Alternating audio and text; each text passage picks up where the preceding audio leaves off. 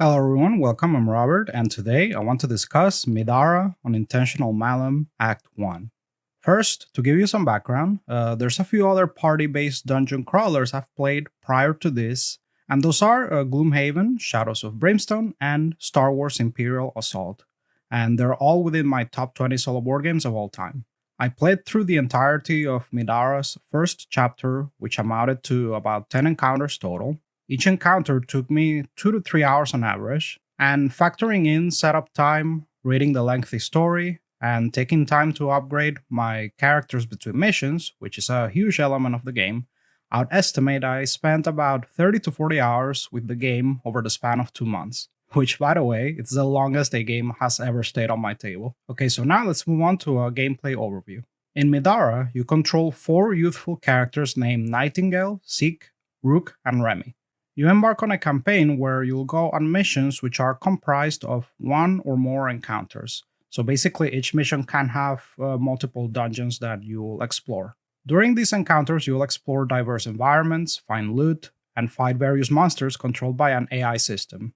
Combat consists of using stamina points and exhausting your character skills and gear to navigate often difficult terrain and position your characters effectively to then roll custom dice in order to resolve spells and attacks, among other types of tests like jumping or story events. A red revealer is used with a campaign book to uncover how to progress in the mission, as well as discovering loot and random events throughout dungeons.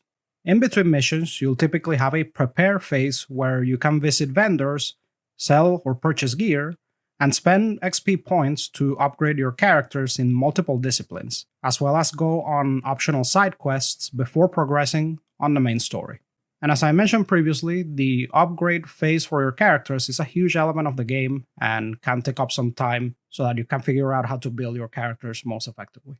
Now let's talk about what I liked about Middara. First, let's mention the components. It has fantastic quality components.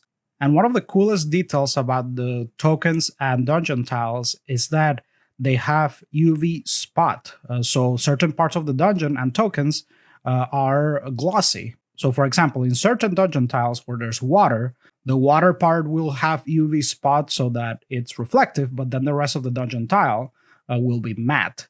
And it just makes them look so much cooler than most other dungeon tiles that I've seen in other games. And same thing with the status tokens. So in the front, you'll have a text-based status token description, and then on the back, there's no text, and it's just an illustration. So each status token has a unique illustration, and a lot of them have a UV spot, just like the dungeon tiles. So I just love that detail about the game. If you want to learn what each status icon does, you can just memorize the illustrations.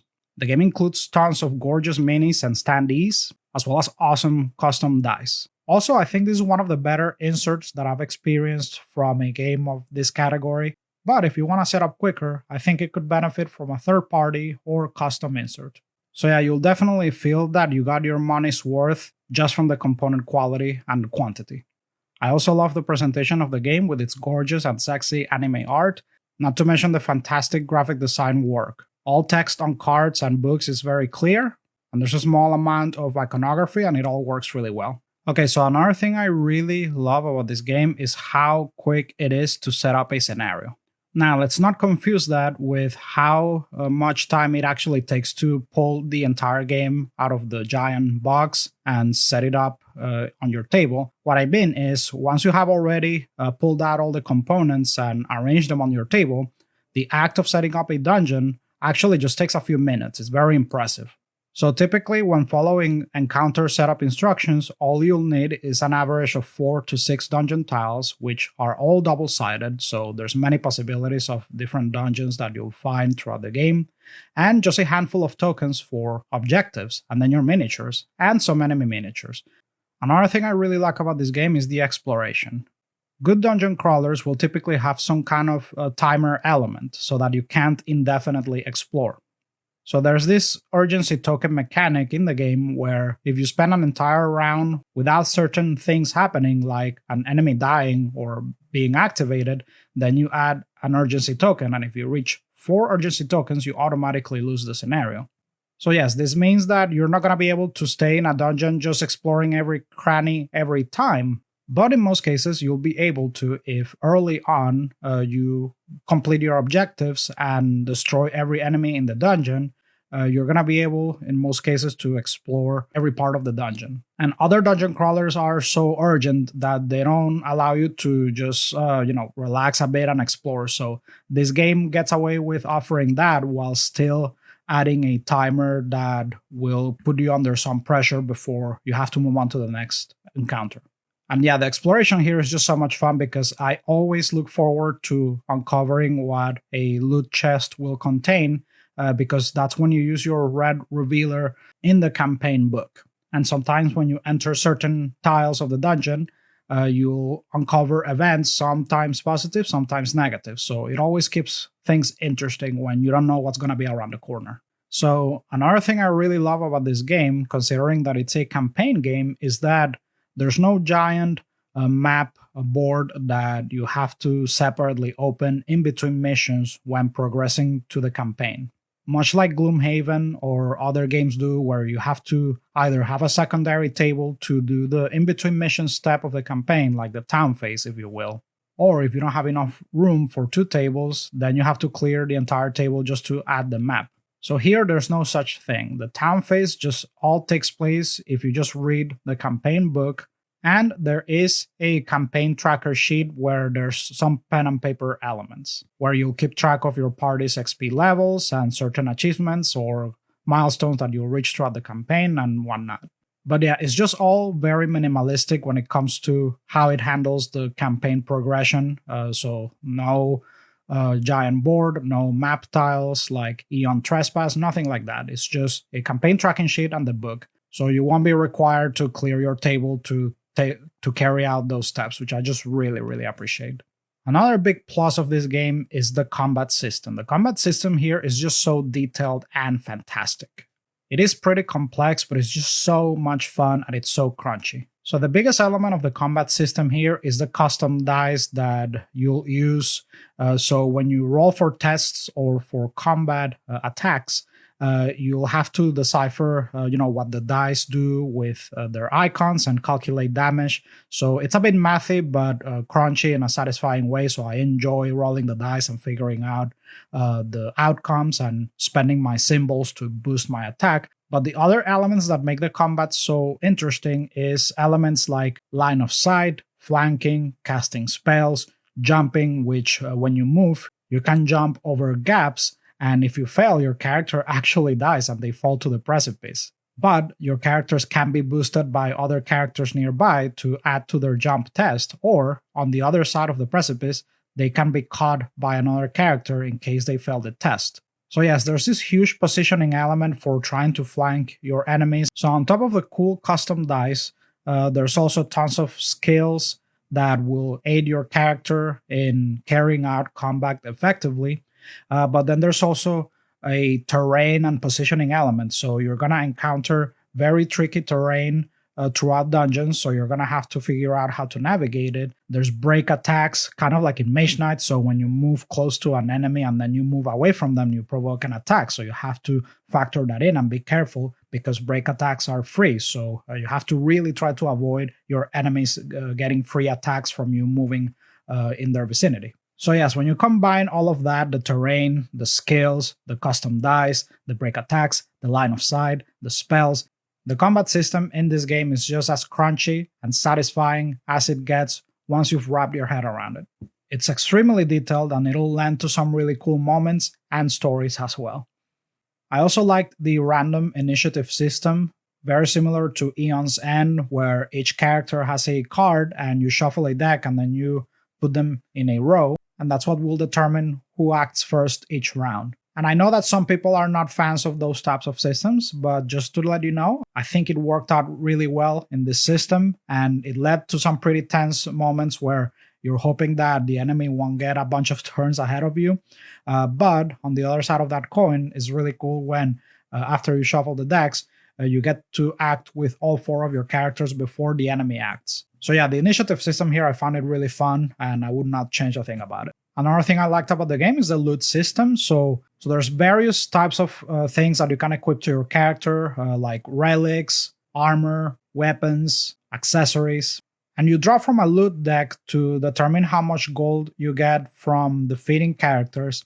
And in that deck, sometimes there'll be the rare card that will give you something other than gold. It can be a mundane loot card, or it can be a very rare card if you get extremely lucky with a die roll, which it happened to me early on, and it got me a pretty meta gaming item, which made me build a character around that item somewhat. So yeah, the loot here in this game is pretty cool. I've played some dungeon crawlers or RPGs where the loot can be weak, but I can tell you the loot in the game is very good. And the loot is a huge aspect of the character customization. So let's now talk about that. So to me, honestly, the biggest selling point of this game is the character customization. It is by far the best character customization that I've experienced in any game of its category. And the character customization early on, while you familiarize yourself with the different disciplines, is a game in of itself, because you're gonna look through all the cards that are available to you, and you're gonna try to figure out how to build your characters. And one of the coolest things about it is that any character can be any class. There's barely any restrictions. And characters can have abilities from multiple classes. So there's so many possibilities. And it's not just the abilities from the classes, it's also how you combine that with the loot. But thankfully, the 4 main protagonist characters, they're asymmetric. So each of them have certain strengths and weaknesses, which will help you lean on those strengths when building your character. So for min-maxers, there's definitely a very effective route that you can pursue when building certain characters based on their innate abilities. But you can also just build whatever sounds fun. And to add to the layer of customization, there's also this upgrade system where you can add upgrades to your weapons. And there's dozens of different upgrades that will do stat changes or give you combat or exploration abilities. So the possibilities, folks, are endless with how you can customize your characters in this game. It's pretty bonkers. And there's a lot of documentation out there that you can find for effective builds, but I just kind of went with my gut. And so my party composition ended up being Nightingale as an archer support, Zeke as a DPS mage, Rook as a melee tank/healer, and Remy as a two-handed weapon DPS that focuses on reach and flanking. And it's always an absolute blast seeing the effective results of my character builds in missions after I spent all that time, building them. So the whole process is very satisfying. I love it. But yeah, do keep in mind that early on, you're going to have to read through a lot of cards to try to figure out how to build your characters, because it's not just how you build them at the moment, it's the upgrade path in the future, what you plan to add to them later. So it will take some time, couple hours minimum early on, reading all of those cards and figuring out what you're going to do with each character. And the system does offer a way to, reset your characters if you want. And it does cost gold, but, you can just ignore that if you want and just rebuild your characters however you wish. I have not done this, and I've stuck with my builds so far, though. Okay, so moving on to another positive of the game for me, and that's the story. So this is by far the most engaging story that I've ever experienced from a board game. And that's saying a lot because I've never really cared about a written story in a board game until now. And like a lot of people have pointed out about the story in this game, the character dialogue can sound pretty juvenile at times, and it's very anime tropey indeed. So if you don't dig that, then maybe you won't like the story. But I ate it up, and I genuinely enjoy the main cast, and I am invested in the story, and I want to find out what happens next. But keep in mind that the amount of reading in the campaign book is pretty extensive, but there is a SparkNotes version of the story that you can find on the official Middara website if you just want to see the main story points and not have to read so much. And the final positive thing that I want to bring up with this game is the value proposition. I think that even if you pay full price for the game, it's going to be worth every penny. Like I said, I only played the first chapter, and that's given me between 30 and 40 hours of entertainment, and there's still another 5 chapters ahead of me. And it is very much a complete package. There are expansions, and I read a lot about them considering that I like the game so much, but honestly, folks, I just don't feel the need to buy any of them. I think the game comes with so much content as is. There is one minor thing where I do think that it could be improved, which I'll bring up later, but it feels like a complete game, and all of the expansions to me, they feel very much optional. Okay, so now I want to move on to a couple of mixed points. First is the enemy variety. Now, this was almost a plus, okay? Don't get me wrong. Like I said, the amount of content in the box is incredible. Now, the thing is, there is a particular type of enemy called the cave sickles, which you'll keep encountering over and over. And for the first 80% of the game, it really didn't bother me at all. I would say even 90%. The amount of times that you would see these cave sickles, it really wouldn't bother me. They're dynamic enough. Okay, they're like the baseline enemy that you're gonna encounter, and they're interesting and dynamic enough that they didn't get boring for like the first 80 to 90% of the dungeon. But by those last couple of dungeons, it really started to bother me that they would just keep throwing swarms of these things at you, and I just wanted to see them throw other types of enemies at me, because there's plenty of enemies in the box, but I'm just following the dungeon instructions, and those are the enemies that they give you. Now, there is an expansion that will add these variants for enemies, and it includes variants of cave sickles. So that is the one thing that I would like to add to the game at some point, so that I don't see the same stats and abilities for the cave sickle all the time. But there were plenty of other types of enemies that were thrown at you throughout the first chapter that were very interesting. And when you combine them with the cave sickles, it was extremely fun facing them throughout the campaign. But yeah, I would have appreciated them including the cave sickle variants in the box for a bit more variety. But other than that, like I said, the enemy variety is almost a positive. Just if they had just included that, it would have been perfect. But yeah, there's plenty of enemies that I haven't even seen yet that I'll encounter in other chapters, so there'll be more. Now, another mixed thing for me is the rulebook. So my copy of the game is the version 1.2, so it has gone through a lot of feedback and refinements. And for a 100-page rulebook, it's pretty good. The thing is, I think the explanation for line of sight and sphere of influence is a bit lacking. There are a couple of supplements that I downloaded from Board Game Geek that help clarify it with some diagrams, but I really think it would have benefited from more examples of sphere of influence and line of sight. It includes plenty of examples for flanking, which is fantastic, so I never was ever unclear about flanking examples. But yeah, more sphere of influence and more line of sight would have been appreciated, because it's still a bit fuzzy. Even after I read the rulebook twice, I was not very clear about it, and I had to go and ask a couple of examples that I had throughout my campaign on Board Game Geek.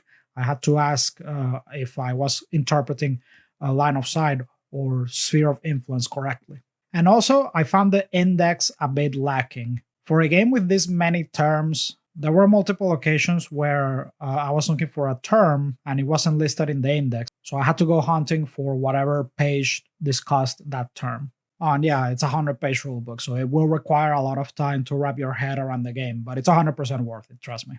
Another mixed thing I found was the amount of upkeep for a solo player. So the optimal way to play this game is with the full party of 4 characters. The game does offer a variant where you can control less characters, but I did not read good things about it, so I stuck with playing the 4 characters. And this isn't an outright negative or positive. I think it's okay.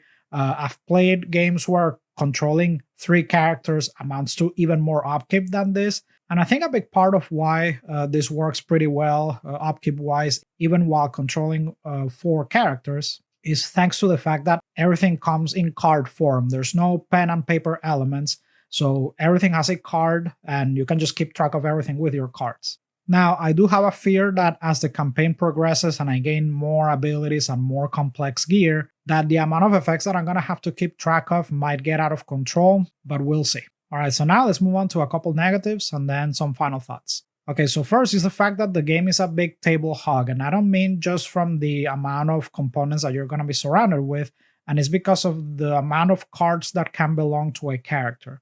Now, I came up with a solution to try to minimize the amount of footprint that each character takes, so I'll show you that at the end. But yeah, you will need a pretty big table for this, and each character can have so many cards attached to them that they can occupy a lot of room. But again, I came up with a bit of a solution, so I'll show you that at the end. Hopefully that'll help you. And the other thing that I found a bit of a negative is the amount of time that it takes to put everything back in the box and vice versa. So I timed it, and it took me almost an hour to break everything down and put it back in the box with the included insert. So I estimate that if I come back to this game a few months from now and I pull everything back from the box and try to arrange it on my table, that will take me about an hour.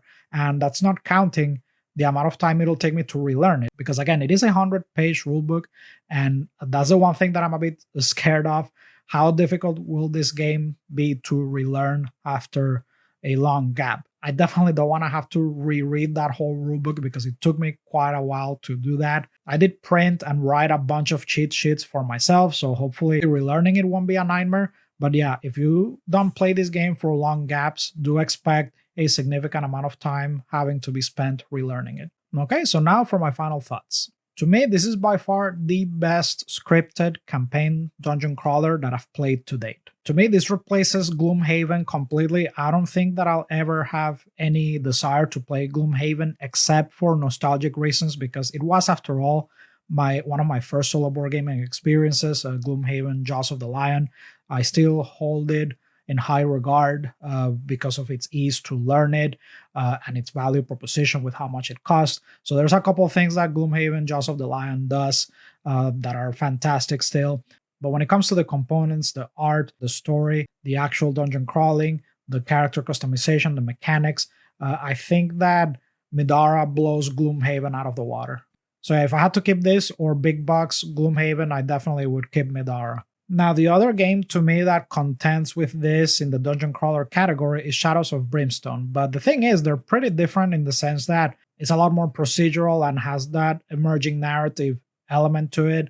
It's way less scripted, so they're kind of two different beasts in the same category. I still love both to death, but if I want the scripted game with the story, I go with Middara. If I want, just a emerging story game, there's Shadows of Brimstone. And also Shadows of Brimstone is definitely less rules heavy, and it allows you to control less than 4 characters, and it works really well. So they both have their strengths and weaknesses, but yeah, when it comes to the big box campaign based dungeon crawler, Middara is definitely the best one I've played to date. Star Wars Imperial Assault follows it up really closely just because how much I love Star Wars, and it also lets you control less characters. So it has its strengths as well. It's less complex while still being loads of fun.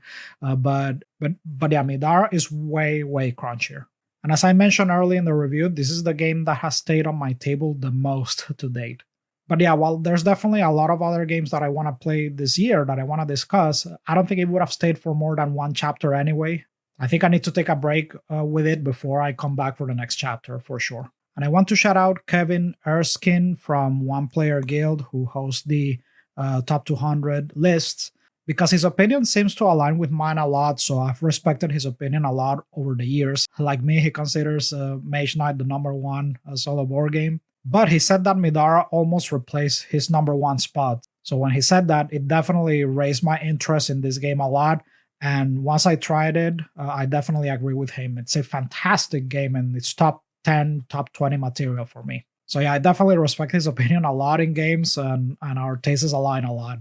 All right, so now I want to show you the solution that I came up with to reduce the amount of footprint for each character in Middara. Okay, so the first thing that I want to bring up is this overlay that I created for each character. So I did buy the official sleeves for the big cards, okay? And what I did was I added this. I created this myself. I think I'll make a file and link it, okay, in case that you want this, okay? But you could just make this yourself if you wanted. Just add a piece of tape and write this, but I'll share the file, okay? So what this is this helps me keep track of my inventory slots, okay? So I added that on top, and then I laminated it, and I use a dry erase marker for the amount of slots that are occupied, but I also use a different color for the upgrades. So if my core is upgraded, there's a different color dot there to indicate that that item is upgraded, okay? So then I also printed this from the files section. I took a file, a custom fan made file, and I printed it, and I cut this part out specifically, right? So this is to help me keep track of what color dyes my character is using. Okay, so I just add this notches here using a dry erase marker. Okay, to know when I need to do a combat or conviction or casting test. I just glance at this and I know immediately. Okay, now I also added a armor square here so that I can keep track of it here in front of the other stats. And the big reason why I added these two things specially is because I use this grid. So this was inspired by Kingdom Death Monster. You know how people use binder pages for their character item grid.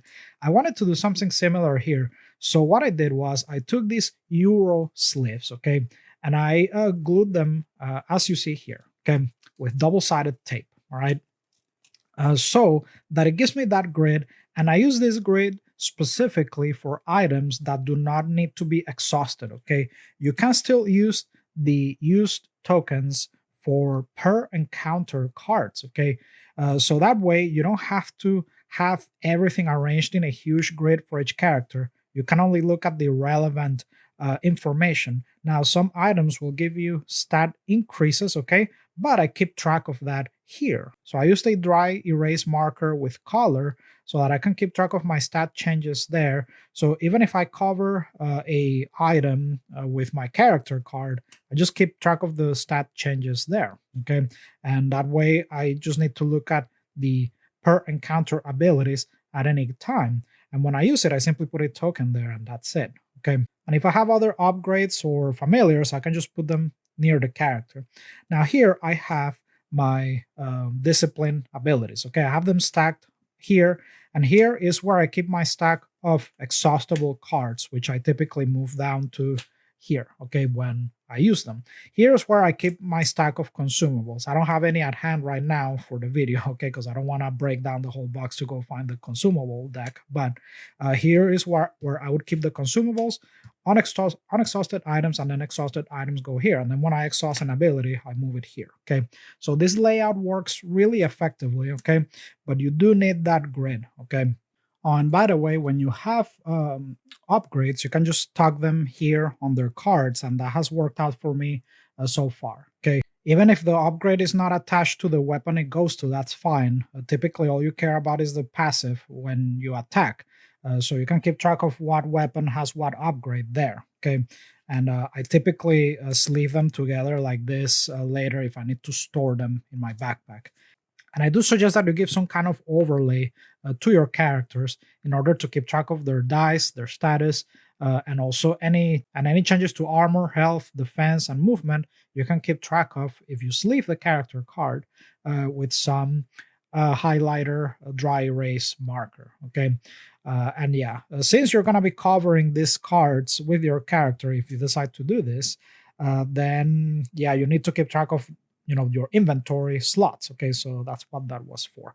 But this has worked out really well, and I almost forgot to mention here I have my backpack. Okay, so this is the little backpack that the characters have to carry some side items. Okay, so I keep track of them here. Okay, and by the way, this is this sleeve that I use here.